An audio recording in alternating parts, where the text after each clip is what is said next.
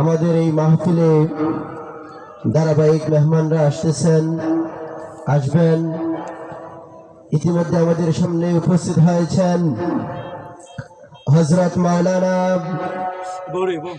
KM Abdul বাসিত সাহেব, ইমাম ও খতিব গাজীপুর দক্ষিণ জামে মসজিদ। আমাদের সামনে উপস্থিত হয়েছেন হযরত মাওলানা KM আব্দুল বাসিত সাহেব, ইমাম ও খতিব গাজীপুর দক্ষিণ জামে মসজিদ। হুজুরের মহামূল্যবান বক্তব্য পেশ করার জন্য আমি ইন্তেজামিয়ার কমিটির পক্ষ থেকে বিনীতভাবে অনুরোধ করছি।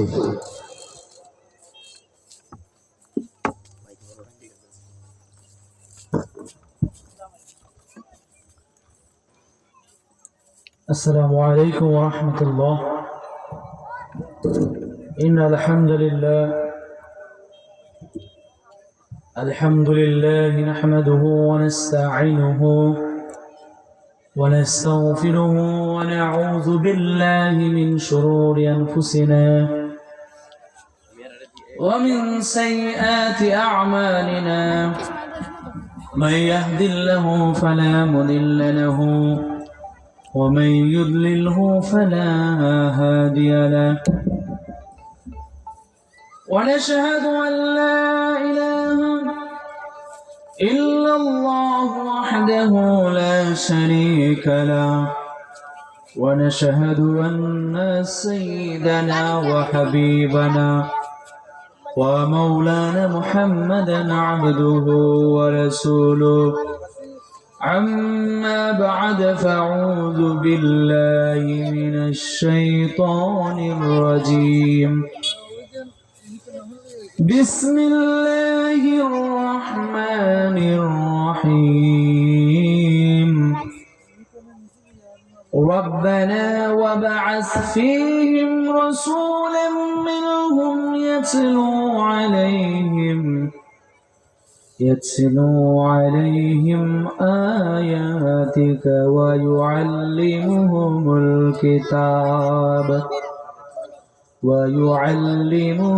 الكتاب والحكمة ويزكيهم.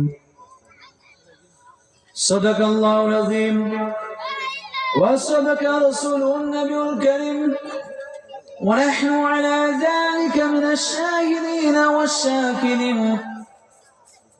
قال النبي صلى الله عليه وسلم: خيركم من تعلم القرآن وعلمه، إلى آخر الحديث.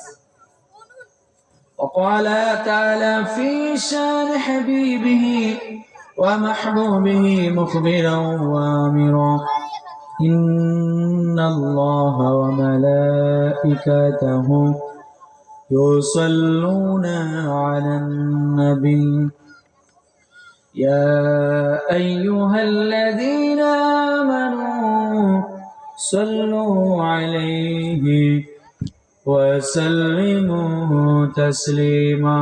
اللهم صل على سيدنا مولانا محمد وعلى آل سيدنا مولانا محمد. এই দুনিয়া পরে থাকবে,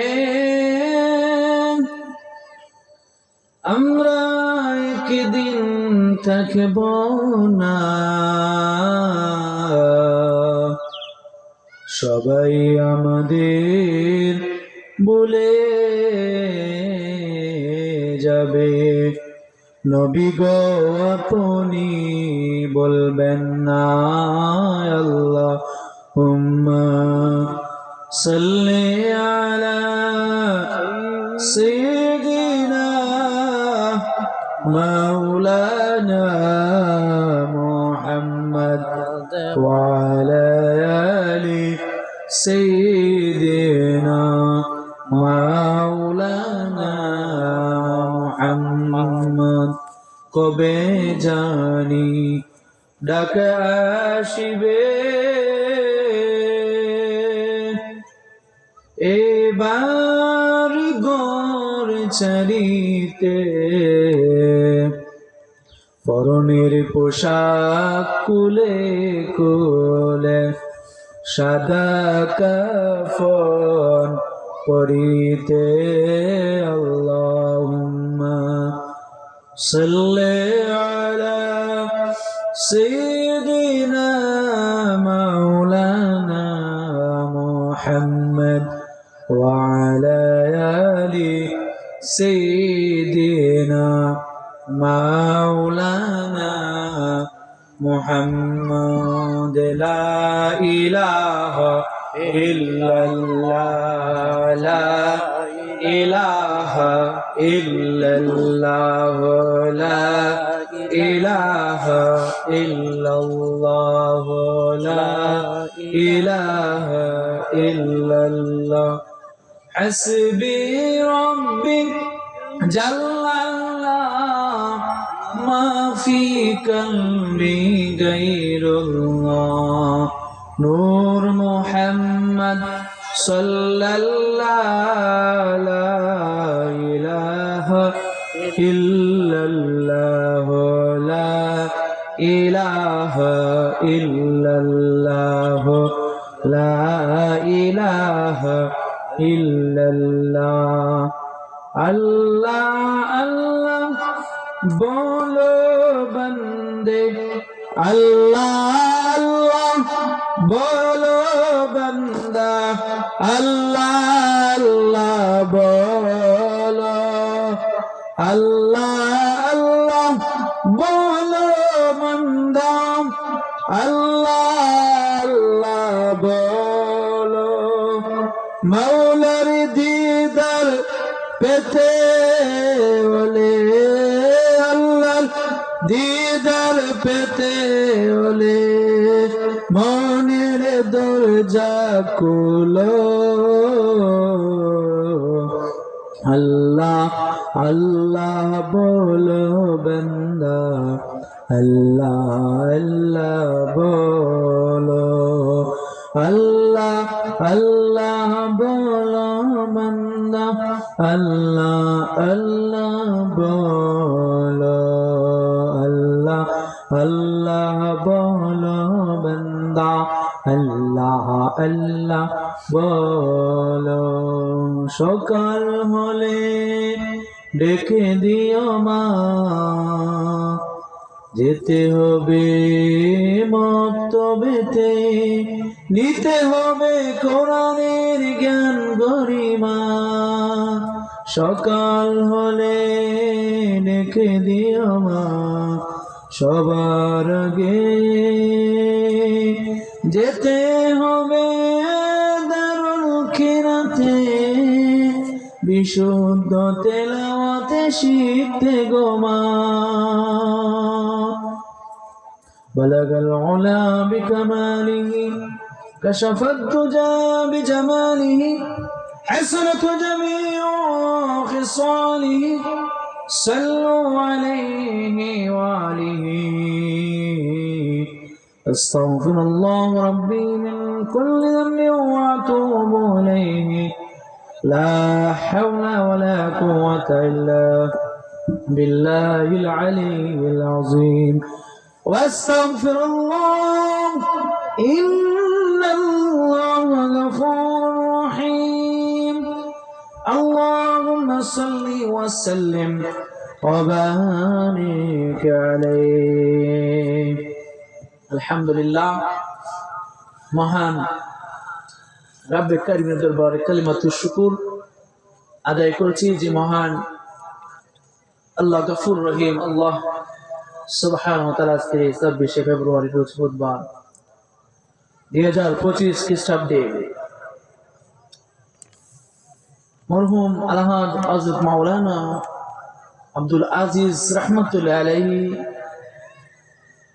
এবং তারামিয়া ও মুতাহির আলী সাহেবের ইসালে সওয়াব উপলক্ষে 57তম বার্ষিক ইসলামী সুন্নি মহাসম্মেলন কোয়াসপুর মুতাহির আলী বাড়ি সংলগ্ন ময়দানে আজকের এই ইসলামিক সুন্নি মহাসম্মেলনে সম্মানিত মুহতারাম সভাপতি পীর কামিল পীরজাদা আলহাজ হযরত মাওলানা মুফতি শফিকুর রহমান পীর সাহেব মুদ্দাজ্জিলুল আলী সাহেবজাদা ওয়াটা দরবার শরীফ শায়স্তাগঞ্জ। আজকের এই মাহফিলে যারা সভাপতিত্ব করতেছেন জনাব মোহাম্মদ সুজন মিয়া সাহেব, জনাব মোহাম্মদ আব্দুল কুদ্দুস সাহেব কসফুর মাশাআল্লাহ উপস্থিত আছেন, বারাকাল্লাহু ফি হায়াতি, এবং মোহাম্মদ আলী সাহেব কসফুর, মুহিবুর রহমান সর্দার সাহেব গাজীপুর এবং মোহাম্মদ আমির হোসেন সাহেব কসফুর, বারাকাল্লাহু ফি হায়াতিহি। এবং আজকের এই ইসলামিক সুন্নি মহাসম্মেলনে যিনি প্রধান অতিথি হিসেবে শুভাগমন করবেন, বর্তমান সময়ের সুপরিচিত বক্তা, সুমধুর কণ্ঠের অধিকারী, আহলে সুন্নাত ওয়াল জামাতের বলিষ্ঠ কণ্ঠস্বর, বিশিষ্ট ইসলামী চিন্তাবিদ মাওলানা মোহাম্মদ আলমগীর সাইদ জালালি আল কাদরি সাহেব, খতিব নাইয়েরগড় নোয়াপাড়া কেন্দ্রে জয় মসজিদ বিপাড়া কুমিল্লা। বিশেষ অতিথি গুলামে গৌসে পাক মুজাদ্দিদ আহলে সুন্নাত আওলাদে ওলি মুফতি মোহাম্মদ শহীদুল্লাহ শাহ পানিশ্বরী আল কাদেরি সাহেব, পরিচালক দিল রোশন সুন্নি হাফিজা মাদ্রাসা ও এতিমখানা পানিশ্বর দরবার শরীফ বিবাড়িয়া। প্রধান বক্তা বিশিষ্ট ইসলামী চিন্তাবিদ, বর্তমান সময়ের আলোড়ন সৃষ্টিকারী বক্তা, সুমধুর কণ্ঠের অধিকারী হযরত মাওলানা কারি মোহাম্মদ মিজানুর রহমান মারজান সাহেব, প্রধান শিক্ষক খাদিজা মার্কেটি মাদ্রাসা। এবং আজকের এই ইসলামী সুন্নি মহাসম্মেলনের যিনি প্রধান আকর্ষণ, বিশেষ আকর্ষণ হযরত মাওলানা হাফিজ কারি আলাউদ্দিন আল আজাদি সাহেব, ইমাম ছাড়নক সুন্দরকার ইউনিয়ন পরিষদ জামে মসজিদ, এবং আমন্ত্রিত উলামায়ে কেরাম মাওলানা কারি মুশাররফ হোসেন সাহেব, ইমাম ও খতিব কসফুর উত্তর জামে মসজিদ, হযরত মাওলানা হাফিজ এবাদুর রহমান সোহেল সাহেব, ইমাম ও খতিব বিরোচিলা জামে মসজিদ, হযরত মাওলানা কে এম মুস্তাক আহমদ সাহেব, শিক্ষক ডুবাগাবিউ দাখিল মাদ্রাসা, এবং যিনি আসরের পর অত্যন্ত গুরুত্বপূর্ণ বয়ান রেখেছেন বন্ধুবর মাওলানা কারি মোহাম্মদ মিজানুর রহমান আত্তারি সাহেব, ইমাম খতিব কসফুর জামে মসজিদ। এছাড়া উলামায়ে কেরামগণ, পর্দানশী মা বোনেরা, মাদ্রাসার তালেবুল ইলম ছাত্র ভাইয়েরা, সকলকে আমার আন্তরিক অভিনন্দন এবং শুভেচ্ছা জানাচ্ছি। সর্বপ্রথমে মহান রাব্বুল ইজ্জাতের দরবারে কালিমাতুশ শুকর আদায় করতে যে মহান আল্লাহ তাআলা আজকের এই মাহফিলে আমাদেরকে উপস্থিত হওয়ার মতো তৌফিক দান করেছেন, সেই জন্য মহান আল্লাহ তাআলার দরবারে রাতের নিস্তব্ধতাকে ভঙ্গ করে সিংহের মতো গর্জিয়ে আল্লাহর শুকরিয়া আদায় করে সবাই পড়ুন আলহামদুলিল্লাহ। দুরূদ ও সালাম প্রেরণ করছে প্রিয় হাবিব সাইয়্যিদুল মুরসালিন, খাতামুন নবিয়্যিন, শাফিউল মুজলিমিন, রাহমাতুল লিল আলামিন, যার পরে আর কোন নবী রাসূল আসবেন না, যিনি সর্বশ্রেষ্ঠ রাসূল, যেনাকে আল্লাহ সুবহানাহু ওয়া তাআলা সমস্ত নবী রাসূলগণের মাথার মুকুট হিসেবে এই দরাদমে পাঠিয়েছেন, যিনি ইমামুল মুরসালিন, সমস্ত নবী রাসূলগণের ইমাম, যিনি আমাদের নবী সাইয়্যিদিনা হযরত মুহাম্মদুর রাসূলুল্লাহ সাল্লাল্লাহু আলাইহি সাল্লাম, যার উপর ঈমান না আনলে আপনি ঈমানদার হতে পারবেন না। যিনি হচ্ছেন ঈমান, তিনি হচ্ছেন আমার আপনার নবী হযরত মুহাম্মদুর রাসূলুল্লাহ সাল্লাল্লাহু আলাইহি সাল্লাম, যাকে ভালোবাসতে হবে সমস্ত কিছুর চাইতে, পিতা মাতা সন্তান সন্ততির চাইতে এবং সমস্ত মানুষের চাইতে আমার নবীকে ভালোবাসতে হবে। দলিল লা ইউমিনু আহাদুকুম হাত্তা ইয়াকুনা আহাব্বা ইলাইহি মিন ওয়ালিদিহি ওয়া ওয়ালাদিহি ওয়ান নাসি আজমাইন।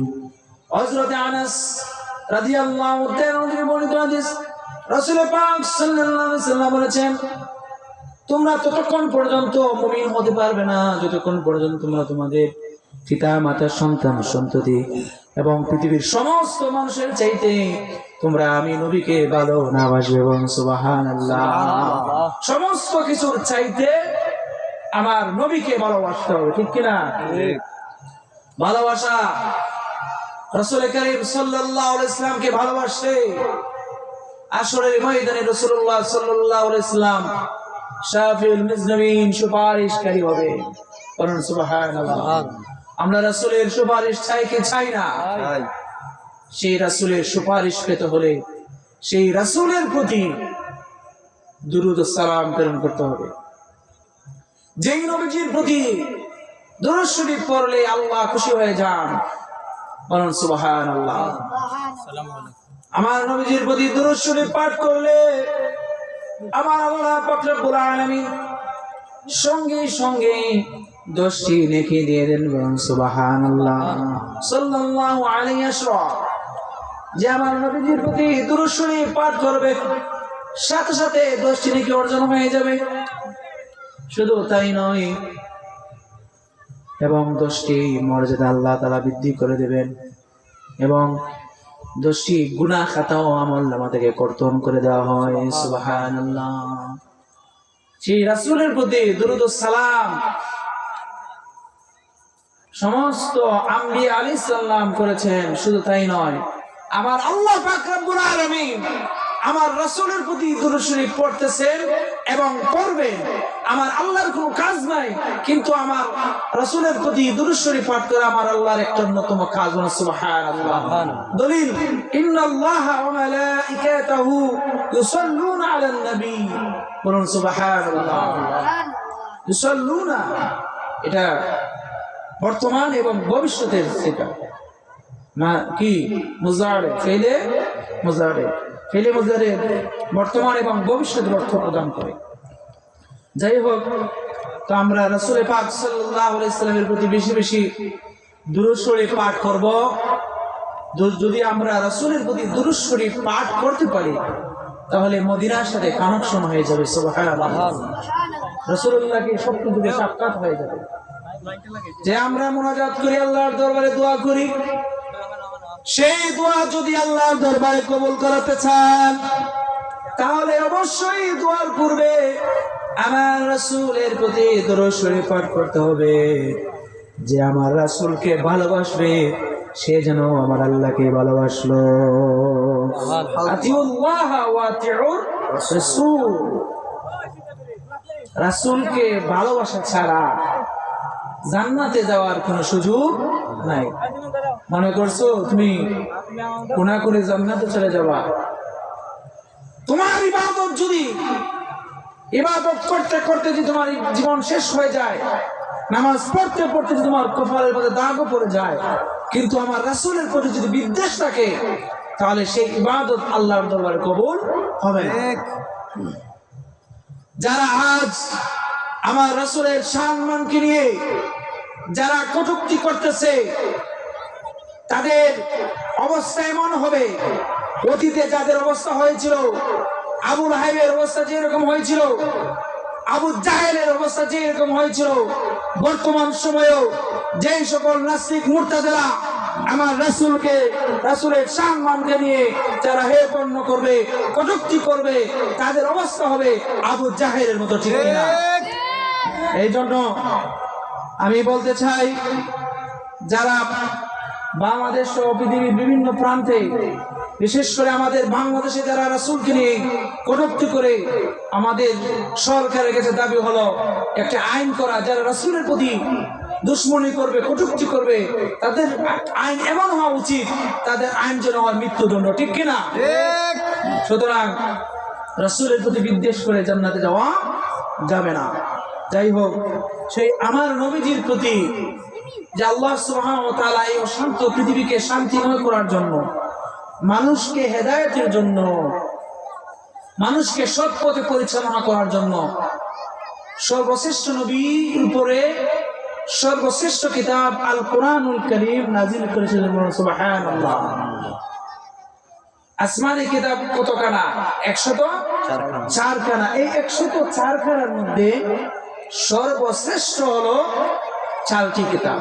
কি কি? তাওরাত, জাবুর, ইনজিল, কুরআন মাজিদ। জাবুর কোন নবীর উপর নাযিল হয়েছে কে বলতে পারবেন? হযরত দাউদ আলাইহিস সালামের প্রতি। দাউদ আলাইহিস সালামের কণ্ঠস্বর এত সুন্দর ছিল, যখন তিনি তেলাওয়াত করতেন সমুদ্রের মাছ সময় এসে জড়ো হয়ে বলছিল এবং এই দাউদ আলাইহিস সালাম জান্নাতের মধ্যে তেলাওয়াত করবেন। তাওরাত এরপর হচ্ছে কি তাওরাত কোন নবীর প্রতি? মুসা কালিমুল্লাহর প্রতি। তাওরাত হচ্ছে মুসা নবীর প্রতি নাযিল হয়েছিল। জাবুর হযরত দাউদ আলাইহিস সালামের প্রতি নাযিল হয়েছিল। ইনজিল হযরত ঈসা রূহুল্লাহর প্রতি নাযিল হয়েছিল এবং সর্বশ্রেষ্ঠ কিতাব সর্বশ্রেষ্ঠ নবী মুহাম্মদ রাসূলুল্লাহ সাল্লাল্লাহু আলাইহি ওয়াসাল্লামের উপরে নাযিল হয়েছে। সুবহানাল্লাহ। সামনে যে রমজান শরীফ আসতেছে, আমরা এই মাহে রমজান মুবারকে আহলান সাহলান মারহাবান কিভাবে জানাবো?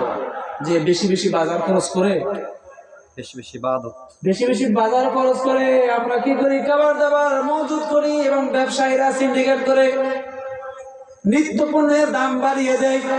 এ অসাধু ব্যবসায়ীরা আছে কিনা? কিন্তু উচিত ছিল রমজান উপলক্ষে নিত্য পণ্যের দাম কমানো। কিন্তু একটু সুযোগ পেয়ে যেই খেজুরের দামটা ছিল এক সময় 300 টাকায়, দেখবেন ওই খেজুরটা এখন 600 টাকা হয়ে গেছে। দ্বিগুণ হয়ে যাবে কিনা? এইভাবে সেমাই বলেন, সানা বলেন, আমাদের যা কিছু প্রয়োজন রমজান শরীফে সমস্ত কিছুর দাম দ্বিগুণ হয়ে যাবে এই সকল অসাধু ব্যবসায়ীদের কারণে। কিন্তু এই মাহে রমজান মুবারকের এত দাম, এত গুরুত্ব হয়েছে কেন? আমরা কিভাবে প্রস্তুতি নেব? আমরা মানসিকভাবে প্রস্তুতি নেব যাতে আমরা বেশি বেশি রমজানুল মুবারকের মধ্যে ইবাদত বندگی করতে পারি। রমাদান শব্দের অর্থই হলো জ্বালিয়ে পুড়িয়ে সারকার করে দেওয়া। কি জ্বালিয়ে পুড়িয়ে সারকার করে দেওয়া? গুনাহ খাতা জ্বালিয়ে পুড়িয়ে সারকার করে দেওয়া। কিসের মাধ্যমে? ইবাদতের মাধ্যমে। রমজান শরীফ হলো মুমিনের জন্য বসন্তকাল। বাংলাদেশে কয় ঋতু? 6 ঋতু। আর ওই 6 ঋতুর মধ্যে একটা কাল আছে বসন্তকাল। এই বসন্তকাল হচ্ছে সবচেয়ে ঋতুর রাজা বলা হয়। আর মুমিনের ঋতুর রাজা হলো মাহে রমজানুল মুবারক। বলুন সুবহানাল্লাহ। এই রমজান শরীফের এত দাম হলো কিভাবে? রমজান কষ্ট আসে না যে রমজান শরীফের এত দাম কেন? মাহে রমজানুল মুবারকের মধ্যে আল্লাহ সুবহানাহু ওয়া তাআলা এমন কয়েকটা বিষয় দিয়েছেন। যেমন দেখেন, রমজান শরীফের মধ্যে একটা হলো তারাবির নামাজ আছে। কি আছে? তারাবির নামাজ আছে। এই তারাবির নামাজটা এত গুরুত্বপূর্ণ। আমার রাসূল বলেছেন, যে ব্যক্তি ঈমানের সাথে মুহাব্বতের সাথে তারাবির নামাজ আদায় করবে, প্রত্যেকটা সিজদার বিনিময়ে আল্লাহ পাক রব্বুল আলামিন ১৫০০ বছর ইবাদত করলে যে রকম সওয়াব, ওই রকম সওয়াব তার আমলনামার মধ্যে দিয়ে দিবেন। সুবহানাল্লাহ। আমরা তারাবির নামাজ পড়তে চাই কি চাই না? দেখবেন প্রথম তারাবির মধ্যে মসজিদে জায়গা হয় না, বোঝা যায় মসজিদ মনে হয় আরেকটা নির্মাণ করতে হবে। যদি মসজিদ থাকে একতলা নয়, মসজিদ 2 তলা করতে হবে। কি এভাবে 2 দিন 3 দিন সর্বোচ্চ 10 দিন এভাবে আস্তে আস্তে কমতে কমতে কমতে কমতে শেষ পর্যায়ে ইমাম আর মুয়াজ্জিন আর খাদিম, এই 3 জন শেষ পর্যন্ত। এই হচ্ছে আমাদের মুমিনের ইবাদত। এটা কি মুমিনের বৈশিষ্ট্য ছিল? না। ফার্স্ট টু লাস্ট পর্যন্ত ধৈর্য সহকারে। রমজান শুরু একটা ধৈর্যের মাস, ধৈর্যের মাস। এই জন্য রাসূল করিম সাল্লাল্লাহু আলাইহি ওয়াসাল্লাম বলেছেন, মান সামা রমাদানা ঈমানান ওয়া ইহতিসাবান গুফিরা লাহু মা তাকাদ্দামা মিন যামবিহি। যে ব্যক্তি সওয়াবের আশায় ঈমানের সাথে রমজান শরীফের রোজা রাখবে, আল্লাহ পাক রব্বুল আলামিন তার পিছনের সমস্ত গুনাহগুলি মাফ করে দিবেন। বলুন সুবহানাল্লাহ। সুবহানাল্লাহ। ঈমানের সাথে এবং সওয়াবের আশায় রমজান শরীফের রোজা রাখতে হবে। তো সম্মানিত হাজির, আমি যে সাবজেক্টের কথা বলবো সেই সাবজেক্টটা হলো যে মাহে রমজান মুবারকের এত দাম কেন? মদিনা শরীফের এত দাম কেন? সেখানে আমার নবীজি শুয়ে আছে। মক্কার এত দাম কেন? সেখানে কাবা আছে, আল্লাহর ঘর আছে, এই জন্য এত দাম। সম্মানিত হাজিরিন, তেমনি ভাবে যেখানে আল্লাহর ওলিরা শায়িত থাকেন সেই জায়গাটা সম্মানিত হয়ে যায়। যেমন আজমির শরীফ আছে না, সেইখানে কে শুয়ে আছেন? হযরত ভারতের জন্য কে শুয়ে আছেন? খাজা মাইনুদ্দিন চিশতি রাহমাতুল্লাহ আলাইহি। সেখানে জায়গাটা কি হয়ে গেছে? শরীফ, সম্মানিত হয়ে গেছে। আজমির শরীফ, মদিনা শরীফ, কোরআনকে বলা হয় কোরআন শরীফ, সম্মানিত। তো এই মাহে রমজান মুবারকে সম্মানিত হলো যে একটি বিষয় হলো তারাবি আছে, আর একটা বিষয় হলো রমজানের ফরজ রোজা আছে, আর একটা বিষয় হলো কি আছে? শবে কদরের রজনী আছে। সেই শবে কদরের রজনী 1000 মাসের চাইতে উত্তম, এবং সেই শবে কদরের রজনীতে আমার আল্লাহ পাক রব্বুল আলামিন পৃথিবীর সর্বশ্রেষ্ঠ গ্রন্থ, আসমানি গ্রন্থ এই পৃথিবীর মধ্যে আল্লাহ সুবহানাহু ওয়া তাআলা মানুষের হেদায়েতের জন্য এই আসমানি গ্রন্থ আল কোরআনুল কারীম এই শবে কদরের রজনীতে নাজিল করেছে। সুবহানাল্লাহ। এই জন্য রমজান মুবারকে তারাবি আছে, ফরজ রোজা আছে, সেহরি আছে, ইফতার আছে, শবে কদরের রাত্রি আছে, এবং কি আছে? ইতিকাফ আছে। সর্বোপরি আল্লাহ সুবহানাহু ওয়া তাআলা এই কোরআন নাজিলের কারণে মাহে রমজান মুবারকে কোরআনুল কারীম নাজিলের কারণে মাহে রমজানের দান দিয়েছেন। সুবহানাল্লাহ। এটা হচ্ছে আমার মূল টপিক।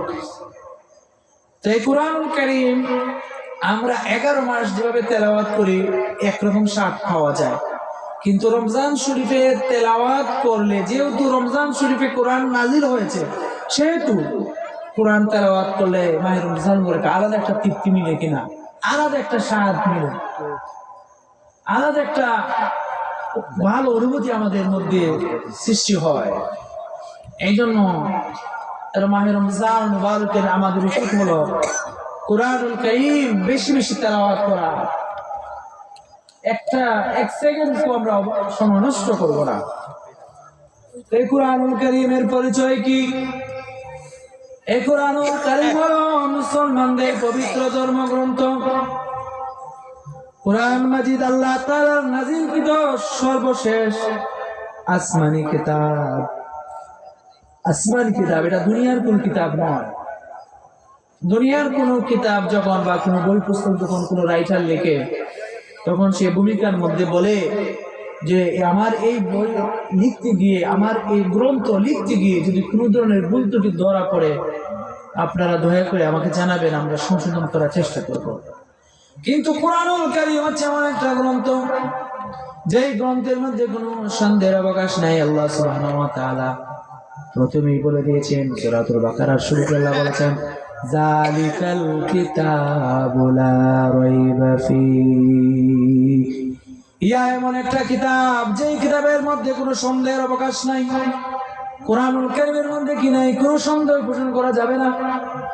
কোরআনুল কারীমের 5 প্লাস বিশ্বাস রয়েছে ইমানের বৈশিষ্ট্য। সুতরাং কোরআনের একটি অক্ষর, একটি নক্তা কেউ যদি পরিবর্তন করতে চায়, তাহলে সে কাফির হয়ে যাবে। সুতরাং এই কোরআনুল কারীম হচ্ছে আল্লাহ পাক রব্বুল আলামিনের একটা গ্রন্থ। আল কোরআন কিতাবুল্লাহ, কোরআন আল্লাহর কিতাব।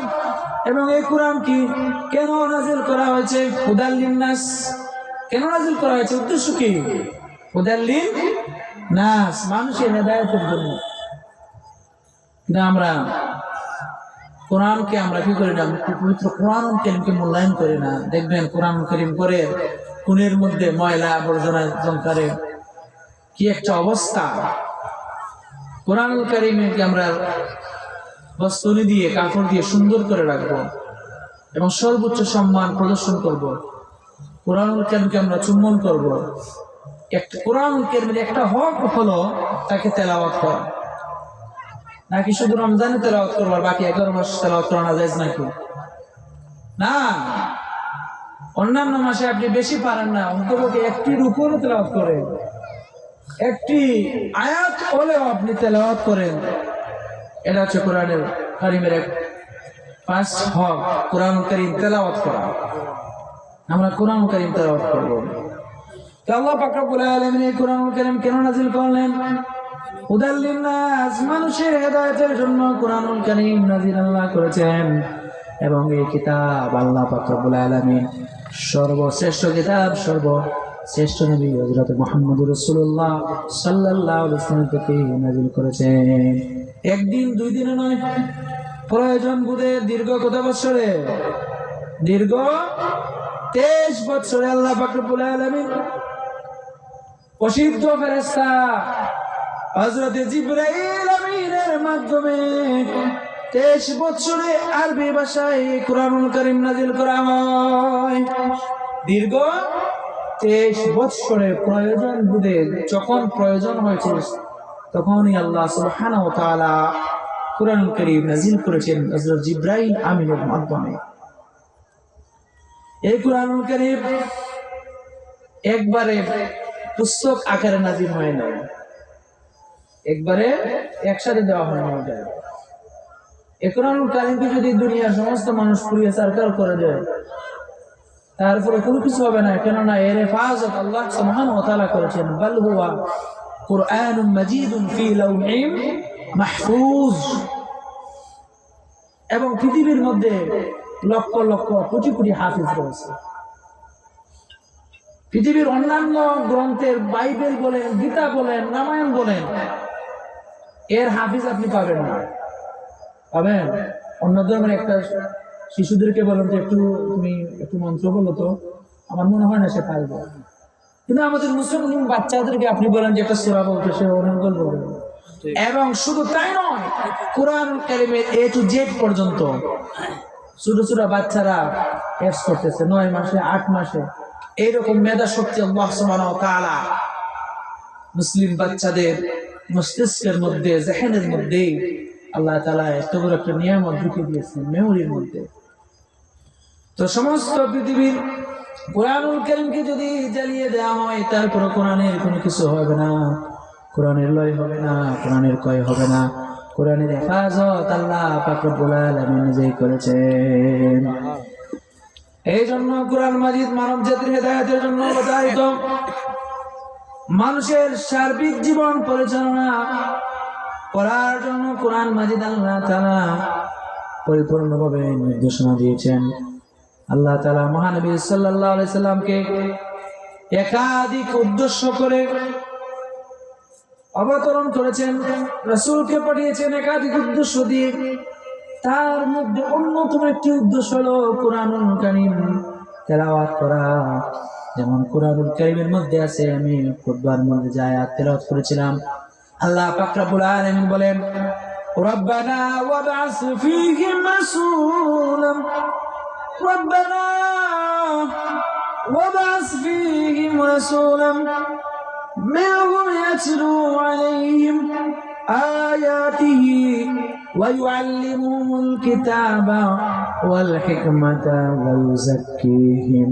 এর অর্থ হলো, এ আমাদের রব, আপনি তাদের মধ্যে একজন রাসূল প্রেরণ করেন যিনি তাদের নিকট আপনার আয়াত পাঠ করবেন, আপনার কিতাব এবং হিকমত শিক্ষা দিবেন এবং তাদেরকে পবিত্র করবেন। সূরাতুল বাকারার 129 নম্বর আয়াতের মধ্যে আল্লাহ পাক রব্বুল আলামিন ঘোষণা দিয়েছেন, সুবহানাল্লাহ। আল্লাহ পাক রব্বুল আলামিন তার রাসূলকে যে দুনিয়ার মধ্যে প্রেরণ করেছেন অনেক উদ্দেশ্য দিয়ে প্রেরণ করেছেন। এর মধ্যে একটা উদ্দেশ্য হলো কুরআনুল কারীম তেলাওয়াত করা। তো আমরা এই আয়াত থেকে একটা শিক্ষা গ্রহণ করলাম। কি করব আমরা? কুরআনুল কারীম বেশি বেশি তেলাওয়াত করব। কুরআনুল কারীম বেশি বেশি তেলাওয়াত করব। আল্লাহ পাক রব্বুল আলামিন বলেন, ইয়াতলু আলাইহিম আয়াতিহি, তিনি তাদের সামনে তার আয়াতসমূহ তেলাওয়াত করবেন। কুরআনুল কারীম থেকে আপনার যা সহজ হয় আপনি তা তেলাওয়াত করবেন, তার মধ্যে সওয়াব পাওয়া যাবে। যেখান থেকে সহজ হয়, আপনি একাকে বসে আছেন, আপনার সূরাতুল ফাতিহা মুখস্থ আছে, আপনি সূরাতুল ফাতিহা পড়েন। আপনি অবসর আছেন, আপনার সূরাতুল ইখলাস মুখস্থ আছে। রাসূল কারীম সাল্লাল্লাহু আলাইহি সাল্লাম বলেছেন যে কুরআনুল কারীম থেকে তুমি যা তেলাওয়াত করবা এবং যা সহজ হয় তা থেকে তোমরা তেলাওয়াত করো। ফাকরাউ মা তায়াসসারা মিনাল কুরআন, কুরআন থেকে যা সহজ হয় তা তোমরা তেলাওয়াত করো। তো রাসূলুল্লাহ বলেছেন, আমি যে কথা বলতে চেয়েছিলাম, যে রাসূল পাক সাল্লাল্লাহু আলাইহি ওয়াসাল্লাম বলেছেন, যে ব্যক্তি কুরআন কারীমের সূরাতুল ইখলাস, অত্যন্ত একটা ছোট্ট সূরা, সেখানে আল্লাহর পরিচয় তুলে ধরা হয়েছে, এই সূরা যদি আমরা একবার তেলাওয়াত করতে পারি, কয়বার? একবার। 10 পারা পড়লে যেরকম সওয়াব পাওয়া যায়, ওই রকম ফজিলত একবারের মধ্যে আছে। সুবহানাল্লাহ। একবার যদি বলি 10 পারার তেলাওয়াতের সমান, যদি 2 বার পড়তে পারি তাহলে কয় পারা হবে? 20 পারা। আর যদি 3 বার পড়তে পারি হবে কয় পারা? 30 পারা। গোটা কোরআন শরীফ তেলাওয়াত করার সমান সওয়াব হয়ে যাবে। কত রকম সওয়াব আল্লাহ রাসূল সাল্লাল্লাহু আলাইহি ওয়াসাল্লাম আমাদেরকে দিয়েছেন। কি সুন্দর সওয়াবের